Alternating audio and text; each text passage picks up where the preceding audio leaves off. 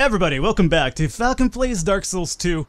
And we're starting off right here today in the Lost Bastille for a particular reason. We did get the Dull Ember back in the Iron Keep, and I haven't gone and actually unlocked the Old MacDuff, which is going to be a really important NPC, especially if you're interested in, like, you know, enchanting your weapons with fire, lightning, poison, yada yada yada, all that stuff, right? So I went ahead and I cleared the path to it. Now, this is going to be kind of a little bit annoying because this barrel needs to hit that wall down right there and crack it open for us. This barrel kind of has a mind of its own at times though, so let's see if this works out for us. I need you to go straight ahead. Okay, it did not do what it was supposed to do. So, this presents kind of an issue for us. Dogman, don't blow yourself up on the barrel, please. I could essentially roll that barrel over here still and probably use a firebomb to unlock it still. So, all is not lost yet. I just need these dogs to not blow the barrel up, or, you know, them go kamikaze on the barrel itself. What do you have here? Solo Name the Soldier, okay. So, all is not lost. Let's see if I could just manipulate this too. If I roll, is it gonna break? I'd imagine it would break, wouldn't it? It seems kind of... No! No! Oh, god damn it. What is... Come on, barrel, work with me here.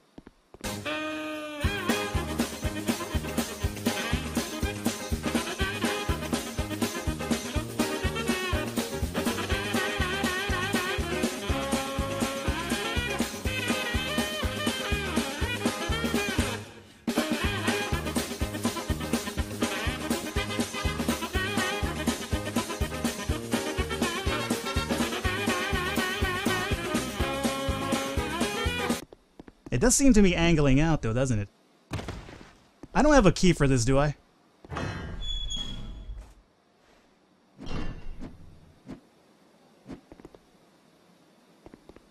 You know what? I don't even want to talk about that anymore. I don't want to talk about that anymore. Okay, here was my ultimate goal. If I blow this shit up right here, this will break. You don't need to use the Bastille Q. But since I have a Bastille Q because I've done some extra side stuff in the playthrough, I don't want to talk about it anymore. Either way, we're here. The reason I'm here is because I want to get some large Titanite shards because they're free from Old MacDuff over here.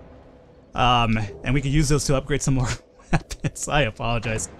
Ignore everything that's happened the last, what is it, 3-4 minutes of fucking rolling into barrels like I'm some sort of, like, you know, mentally defective individual. I mean, it's probably the case still, but either way, whatever. In order to move this man, I need to give him his sweet flame. He loves the flame. Oh, I can't deal. Shape. Oh, deep. Alrighty, I'm over here like I normally try to listen to the NPC dialogue.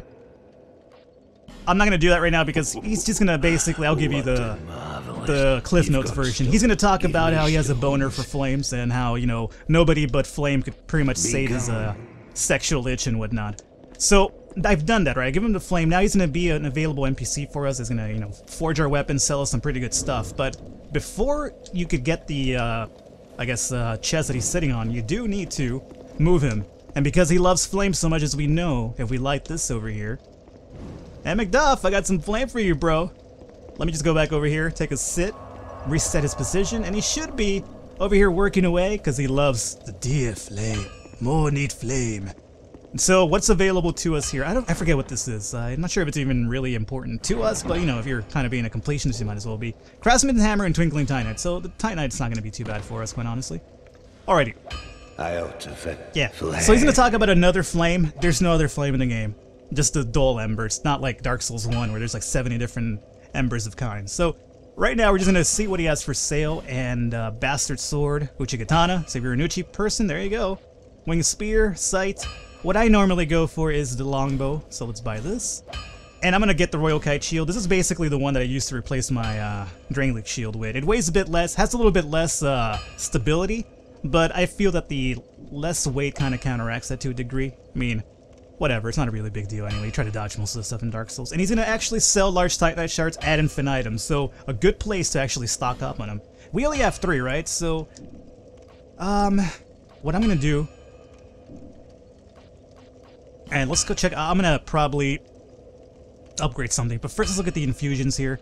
Basically, anything that you have, you could infuse. So, like my mace, for instance, I've wanted to infuse it. I could use. Do I have any? I don't have any elemental stones. I do. Poison stone, a raw stone, Raw is basically not something you want to use unless you're basically going with the bare minimums to meet a weapon. Like say you're like a caster class or something that doesn't really use too much strength or dexterity, and you just kind of want to get the maximum damage for that weapon without actually investing in strength or dexterity or whatever certain stat you need. You could go down the raw path, but I'm really not going to focus on that. I really don't focus on much of them, at least in regular game or new game. New game plus, I start messing with some elemental things and whatnot, but it's mostly important if you're going to be like partially fate or intelligence to get more boost off of that. Otherwise, not really too great. You might as well just either go with a mundane type of build or just, you know, max out your strength and dex, things like that.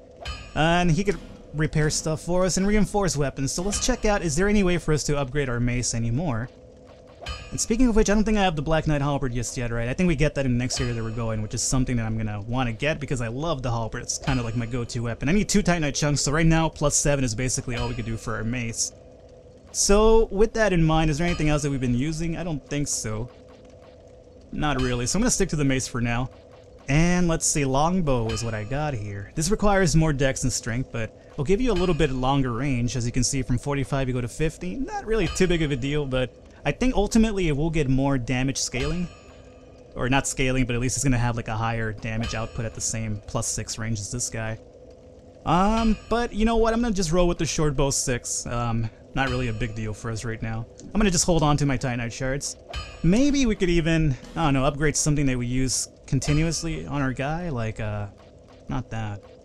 Some armor perhaps, maybe even the shield. The shield could probably use a little bit of help on our side, honestly. Leggings, I'm planning to switch those out soon. Yeah, so, I mean, I still don't have the armor that I'm going to use just yet. I know I've been using this on occasion. And I suppose 3 Titanite shards isn't too bad. We'll take this up to like +5 or something, I suppose. Give us a little bit of extra defense just in case it comes down to that, but this isn't really my permanent, I guess, shield. Then again, or my armor, but then again, it's Fashion Souls, not Dark Souls. You kind of wear what looks good when you're fighting anyway, so... let me quickly, nope. I want to upgrade the kite shield that we just got. And where is that going to be at? There it is, alright.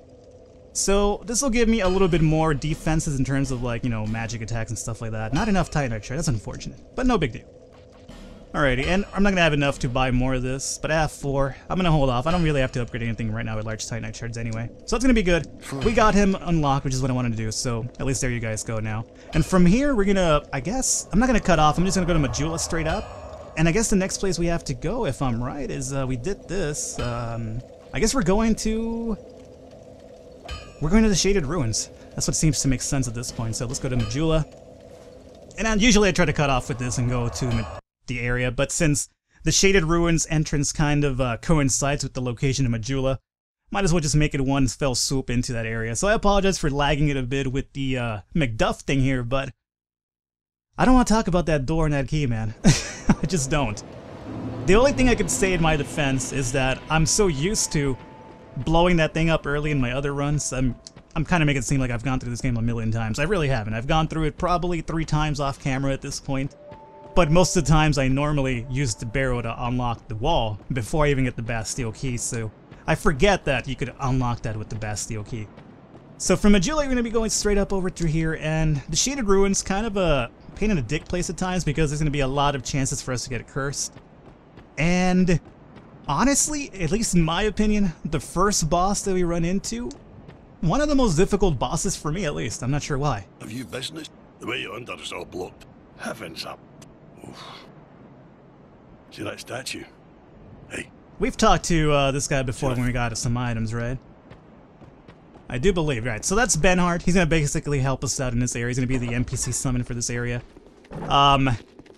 So right now I just talked to him a few times just to kind of get him to start appearing for us. Over here he's going to take care of these poison dudes. Wow, my mace just took down that door in one hit. I guess he probably struck the door first and foremost before I did, so... I was over here trying to pat myself in the back and be like, yeah, you know what, I'm the best mace user of all time. Fucking doors, only one hit. Yeah, right, bro. But yeah, this area that's coming up probably is going to be one of the most annoying places in the game, at least to me. There's going to be like a bunch of asshole sniper magicians type of thing. Let me just trigger him a few more times to make sure that everything's going to be cool. I mean, I've talked to him before. I'm pretty sure, unless one of my off-camera runs is somehow combining it to this run. If that's the case, I apologize. He doesn't talk about anything of interest, though. He's talking about this statue here that looks like a real person. Well, it is a real person. You use a fragment branch of yore, and here's what happens. Alright, get your ass up. Get your ass up. What kind of close design is this for you, by the way? Again, I'm gonna skip this because, again, if it's really important, I'll leave it in. She doesn't talk about anything of interest. She just talks about how she's like a magician. She followed her teacher, who is in the No Man's Wharf area, who ignored me completely because I don't have enough stats or an intelligence and fate to talk to him. He's a total prick. She followed him over here, and she kind of focuses on pyromancy, so she will upgrade your pyromancy flame. In order for her... Yeah. Gives me a prism stone. Cool, thanks. But do you have anything at all? And the other thing is, you could buy a few rings for her, a few resistance rings. There's a few burrs over here that actually increase your defense. This will be really interesting, the small orange burr, especially when I get the items in the Iron Keep that are in the lava. Really, really important, aside with water and some fire equipment defense. And then she sells a few spells as well for us. The only one that I've used was the Flash Sweat. Actually, I already have that, right? Yeah, I do have it, I think. Maybe. No, I don't. I held 0. This is what I use when I grab the items in the Iron Keep. So I use Flash Sweat with a combination of the orange burr and some fire resistance equipment to kind of make my run over there without dying. She doesn't have the Flame Slate, I don't believe. Poison Mist is pretty interesting, especially for bosses. So there's a lot of bosses you could actually poison. The, what is his name? I was gonna call him the Flame Lurker, but the Smelter Demon is one of the guys you could actually poison. Not really too effective, but hey, it's something. And an Iron Flesh, so... Let's see here. Apologize for my throat, by the way. I'm getting a little bit sick. And I hope it doesn't affect my voice too much while recording this. So we're gonna give her equipment. Basically, if you give her equipment, she'll go to the town, Majula, and then you'll be able to talk to her there and keep her there for most of the time. So, you could play Fashion Souls with her as well, but I don't really care about that. We're just gonna give her anything that we have extra of, so yeah, go ahead and take this. In terms of armor, yeah, take some Varangian armor. Some cuffs. You might as well become a Varangian person. And here, take some mannequin boots. There you go. Cool. Thank you. She's gonna look like a fucking freak, but that's fine. But perhaps I'm going. Cool. So she's going back to Majula, yada yada yada. Now, before she does, you could reset her location instantly and not worry about her. The other thing is that when you open this, you're gonna be ambushed right now by a lot of individuals, especially a curse one, but it's a little bit troublesome because you don't want her to get attacked, otherwise, you know, you're gonna lose the NPC. Okay. It's gonna be total dicks, are you? That one down. One of them is down. This one is down. And right now, I haven't turned around yet, but I will soon enough. Because there is gonna be, yeah, that guy. So we took down the initial guys. This guy is, you know, basically your typical Casa curse type of bullshit. However, he does have the ability to drop some, stones for you. Like, I'm talking about the, not like a stone. He's not, what is it, what's his name? Chris Cornell. He's not Chris Cornell. He's not gonna drop like a stone, but he does drop the elemental stones that you need in order to upgrade your weapons with bleed, effect, poison, yada yada yada. But, you know, there's better places for that, like the dragon area and whatnot. So, as if you want to get some early stones, you could kind of farm that dude a bit, especially because there is a bonfire for you to take care of right there. These areas over here, I don't believe they hold anything of interest for us other than some enemies. There's going to be a room with an item or two, but if I remember correctly, nothing really of importance. Let's see what we have here. Soul Proud Knight, Human Effigy. That's cool, I guess. And let's make the jump to this area and see. I think there is a chest in one of these, though. Probably the next one, not this one. 1, 2. I've always wondered what the hell this is all about, by the way, this little thing protruding through the wall. Like, is it supposed to be there, or is it just like literally a graphical glitch type of thing? I'm not entirely sure. Is there a chest here after all? Nope. Guess we're human after all, because there is no chest, so it's human nature to make errors. Such as Daft Punk will teach me. Alrighty, so we're done. Let me just go ahead and... fuck healing myself again. Let me just use a life gem. I don't want these people to respawn anyway. So let's just continue onward. My wayward son. And this is going to be the way to the Shaded Ruins, which is kind of... Again, I talked about it, it's kind of a little bit of a pain in the ass. Everybody's going to basically want to cause either poison on you, curse on you, etc., etc. It could be a pain in the ass, but Speaking of pain in the ass, did I even... Nope, I didn't. Green look shield. Oh god! Oh, there, you! You know what, man? Give me like a notice or something. You're coming at me. I was trying to equip a better shield here. Not really a better shield yet, but less weight. 2 less weight at least, and better defenses at the least. So that's cool. And this guy's over here scavenging his body. We're gonna basically make him ruin the day that he turned his back on me. Fading soul. All right. I wonder if he was just like, I guess I don't know what he was doing. Feasting on that guy's soul. That's the reason that's probably a fading soul, because that dude was feeding on his soul. And by the time you get to him, that soul is essentially done. Come at me, dude. Alright, you're dead. No big deal. These guys are, at this point, not going to cause too much concern to you. They initially did to me on my initial run of the area, but I suppose that's only because I wasn't accustomed to the game yet. Now I've at least picked up the... I guess the experience that I need to actually just kind of go through the game and talk a bit more freely without worrying too much about what's going to happen, because I do have an understanding as to what to expect and where. Doesn't mean that I'm done dying at this point. That's never the case with Dark Souls, at least for me, because I do have a kind of a wild way of playing, but at least I do have some sort of preemptive idea as to what's going to happen, which I guess in a way, if you're into that blind type of Dark Souls run, it ruins it for you. But at the same time, I am trying to, I guess, maximize the amount that we do, and at least if you are using this as a playthrough for knowledge, I'm not over here like stumbling around like the same area, being like, girl, what do I do here? You know, which I guess could be good for some of you. But I understand there is some, I guess, entertainment in watching Blind Souls runs, or not Blind Souls, but Blind Dark Souls run. I could attest to that because that's kind of what got me into watching Let's Plays initially. It was just watching Dark Souls 1s and Demon Soul playthroughs of people just going through it blind and being like, oh, fuck, man, how do I beat this guy? Fuck! And like, you know, causing shitstorms. And then it came to the point where that didn't kind of amuse me too much. Like, it just got to the point where it's kind of like, yeah. Dude's mad. Dude's raging. Rage Edition Dark Souls. Yeah, I get it. It's kind of lost its charm. It lost its charm a little bit faster than I really thought it would. That's when I kind of got into watching Dark Souls run of players that actually, I'm not saying they're good. They're not, you know, quote-unquote get good. But they had some sort of prior experience where, you know, I'm just kind of learning from their techniques and, like, you know, sometimes discussing the lore and stuff like that. That's what really interests me the most. Over here we're going to talk to Creighton. Just wait, you dirty rat. I remember you. Don't you scare me like that. I thought you were him. That bastard with the ring lives in Brightstone Cove down the way. I'm gonna find him and settle the score. Nobody insults me like that.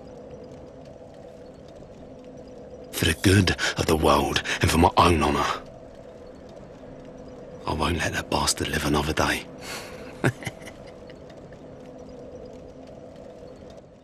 For the good. Alright. So obviously, if you could imagine, the bastard that he speaks of is, you know, not the big angry bastard Big Show back in the old WWF days, or even little bastard Hornswoggle. He's not talking about WWF things. That was literally, he's talking about the bastard to us known as Pate.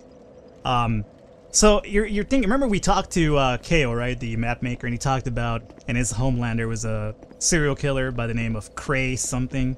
So your instant is Creighton, obviously. He's the serial killer. Well, you know, in Dark Souls, there's rarely ever like a black and white. It's mostly everything like shades of gray. So he is talking about Pate. Doesn't necessarily make him a bad guy, doesn't make him a good guy.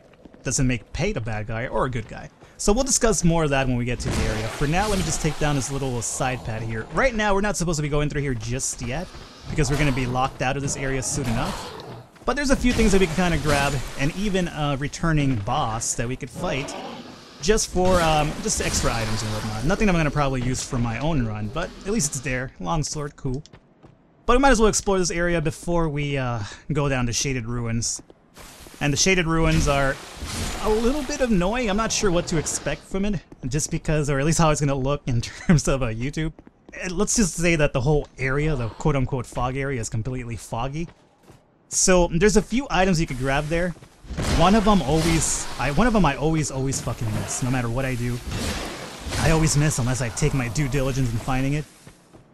But what makes it difficult is not because you're like in the fog and you're just like, oh, I'm in the fog, I'm lost, oh, where do I move, oh, this is scary. It's not like that. It's not that type of fog. It's just the fact that there's going to be invisible enemies in the fog that you can't really lock onto and see that well. So it's pain in the ass because of that.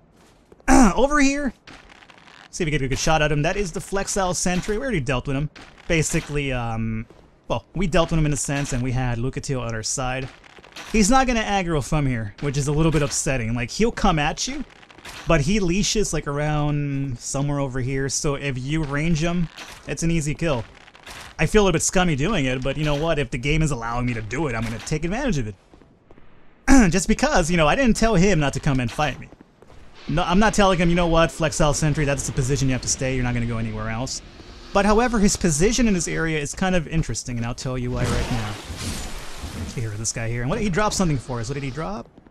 Twinkling Titanite. Okay, I'll take that. And Dragon Slayer, Crescent Axe, and the Golden Falcon Shield. It's interesting because if you go down over here, I'm going to loop this. This is going to be basically our endpoint. To go through here, this is going to lead us to essentially Drangleic Castle. I need Mightier Souls, meaning I need to collect the last large soul that I do need in order to get through there. Or, alternatively, you could also have a million soul memory, I do believe, or something to that degree, in order to get through it. So you don't even have to beat all the bosses. You could just grind souls forever and not even deal with a single boss and go through there. But to me, it's significant because he's hanging out. You know, you could only get through there with either the 4 large souls or the million souls memory. This is something that people criticize a lot. I get it, because this leads to behind the shrine right there alone. So this is gonna curve down and meet on the other side.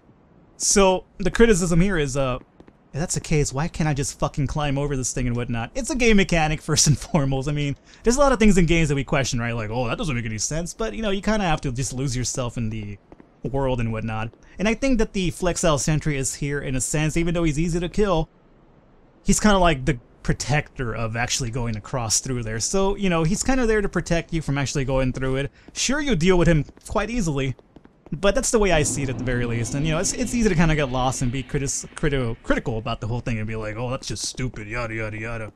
Yeah, do this, I could just jump over that rubble quite easily. And, yeah, you could. But it's a game. I mean, you gotta have to remember that it is a game, so whatever. Anyway, I wanted to show that off. The other area up through here is going to lead us to one of the memories. One of the stone, the giant memories. I'll go through here right now just because there is an item that we can grab. And then I'll probably call it an episode and we will take on the fog ruins and the shaded ruins after we do this. So, Red Tear Stone Ring. The Red Tear Stone Ring is basically hyper mode, if you remember from Dark Souls 1. If you're in critical health and you have that on, you're gonna basically cause a lot of fucking damage. So you could combine that with, like, say, Power Within and just, you know, wreck shit quite easily. But that's basically the premise of that. I've never really been a big user of the Red Tear Stone Ring. I could understand its maximized damage type of potential, but I've never really done it myself. I'm more of a defensive type of player. So either way, guys, let's call it an episode here today. That's basically what we're looking at next episode, and hopefully you guys enjoyed it. Hopefully you didn't mind me rolling around old McDuff too long. But either way, I'll catch you guys next time.